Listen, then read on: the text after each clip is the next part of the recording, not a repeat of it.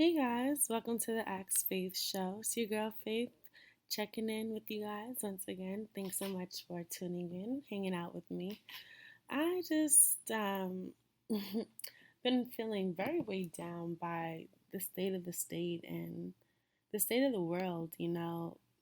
Just kind of a lot has been happening since our last update, and it's a lot to take in and stomach when you just really realize what's going on. I'm going to start with Washington. We don't all expect much. At least I don't expect much out of Washington. Given who our president is, they don't really stand up for what's right. The Republicans don't, and, the Democrats have been shut out since Obama was in office. So we don't expect much good to come out of the candidacy that is occupying Capitol Hill and the White House. But at the end of the day, you do expect some type of morality to prevail. And I'm very disturbed at what's happening at the border. Women and children and men, but specifically women and children, I'm very concerned about their safety and their welfare at the border, how people are being treated en masse. It's quite disturbing that, this is happening on, we're sharing the same soil as this tragedy. You know, um, it's very hurtful how all of this is playing out, and we've seen it happen in countries abroad. And the U.S. has stepped in on many occasions to aid different countries when they've been waging war against their own people. And that's what we're doing. We could call it what we want, but a spade is a spade. And we're waging war on people who live and contribute to the society, conducting raids in random cities and towns, just producing and maintaining an energy of fear where people can't live in peace. That's war. That's mental warfare. Just let's just call it what it is. And I'm very disturbed at the attention span of people. The Mueller testimony and all of those testimonies that were taking place in the past few weeks, those are big deals. And so much is being said and but hidden that it's going swept under the rug. It's really up to Congress to stand up, to take ownership and initiative in these investigations. And whether you're going to wait until he's no longer president or not, you cannot turn a blind eye. What kind of leadership role model are you setting?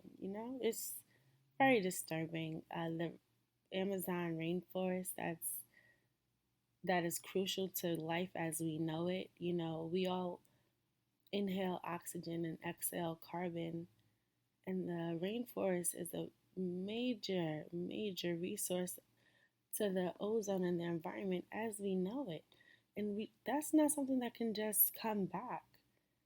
And I don't know if you guys are just feeling like, you may feel like that has nothing to do with it. I just feel like everything is tied in together. Energy is energy. It cannot be created or destroyed, just transformed. And when you have such preposterousness and desolation and corruption happening in many parts of the world, that energy is being funneled into our environment. Let's not forget. I apologize about that, but let's not forget the impact that we make on the society with just our mere thoughts and our actions. So, yeah, these are the things that have been weighing on me. Donald Trump retweeting and saying he's the chosen one and the king of the Jews. I mean, he's mad, he's delusional, he suffers from mental disorders that have been pointed out, and we know this. In 2 Thessalonians chapter 2, verse 3 to 10, describes a man of sin who will deceive with signs and wonders, grand delusional wonders, and proclaim himself God, King of the Jews and King of Israel. This time has been written about.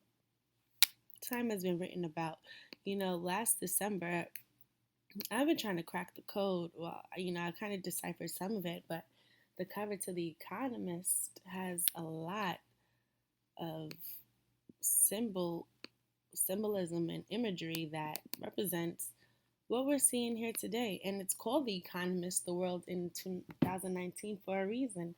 These publications are put out with insight to give the people just a little bit of what they know is going to happen.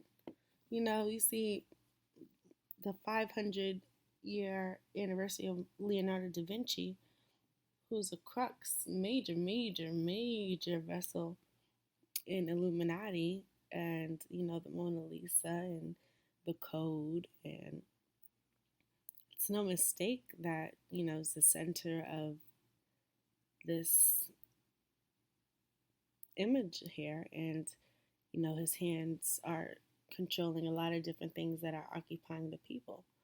You know, the justice system, the how we you just your phone, you use your phone for everything. You can purchase things with your phone. Your phone is essentially a, what you see, the barcode. It's a form of currency. Occupying people. What's happening in softball, in sports? Weed. Weed is becoming legal. What is it? The intentions behind that for all? Like, the fact that this is in the middle of the earth and raining all over the earth. You know what I mean? You see Mona Lisa right under his side, but it says Mona Angelina. And everything is written backwards. Britain beyond Brexit. Great Britain, make America great again. You see Donald Trump facing Putin, who has Pinocchio right behind him. The four horsemen, which was described in Revelations. The four horsemen described in Revelations. Come on, guys. That the world in 2019. You think that's on there for no reason? And one of those horses wearing the Empire, being the woman of the Empire State Building. The woman that you saw is a great city that rules over the kings of the earth. America being that 10th horn. That horn that sprung up amongst the 10 horns that didn't exist before them. You guys got to read your Bibles. Read whatever you want to call it. That gives us insight. The Bible has been verified. The prophets, most of the prophecies that have come to fruition, we've seen it. So it's been tested over time, and definitely stands a test of time. But it's just a lot to deal with, a lot to think of, and try to still live a healthy, happy life, knowing that all of this is happening amongst us. What are we going to do? What are we going to do? So that's my brief update. Just wanted to check in. What do I think is going to happen? What do I think is going to happen? Based on this picture here and what's happening in the world,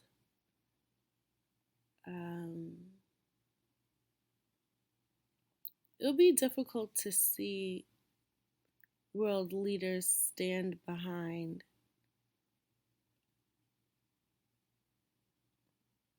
Donald Trump.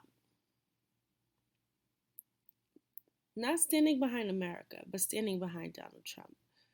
So, because what we saw in the last voting period, the majority of the minority vote did not turn out in record lows, like 20-year lows.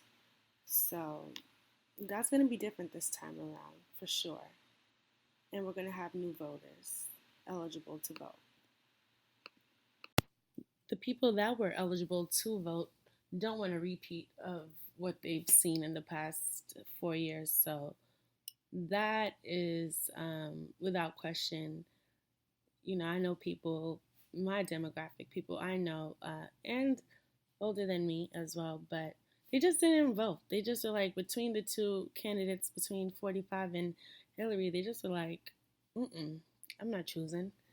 And I know that they see the gravity in that decision not to have chose, and that those people are going to turn out. In addition to the new voters, um, although the popular vote, he didn't win the popular vote to begin with.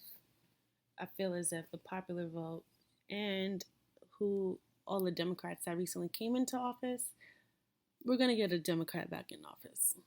That's the pendulum's going to swing back in the Democratic favor. And therefore, we may have more sense or more, if not more sense, definitely a different viewpoint coming out of the White House that will be more agreeable to the world stage. So therefore, hopefully, positive outcomes will come out of new relationships that can be repaired and built. Because I'm pretty sure that the president has damaged several foreign and international relationships that we've worked hard to create and maintain and establish. So, with that said, the world in 2020, if we don't take care of it, I mean, we may not have a world. Between earthquakes and wildfires, rainforest devastation, ice, glaciers melting, and if we don't put out good energy out into this world, we're not going to have a world to talk about. So that's number one. Let's really all of it starts on the individual level, on a micro level, and then it can grow into a macro level. Let's really fix within and channel our inner greatness and our powers, and what can we do to honestly make this world better. Because if 45 can make it to the White House, we can do anything. We can do anything. The country, you don't want to be a part of this country's destruction. You don't want to be a part of this world's destruction. So definitely seek within to see what we can do to make ourselves better, to make this world a better place. And then we could come to the drawing board and sit down and talk and emit good energy. That's what I want this channel to be for. It's for good energy. I don't want you to just come here and feel sad about different things. I want us to feel inspired and to feel motivated and to have action come of that. Because the best of us are going to act on our ideas. And the worst of us are just going to sit around and talk about people. So, thanks so much for joining in. It was a pleasure. Had to drop my update. Thanks so much and have a great rest of your day.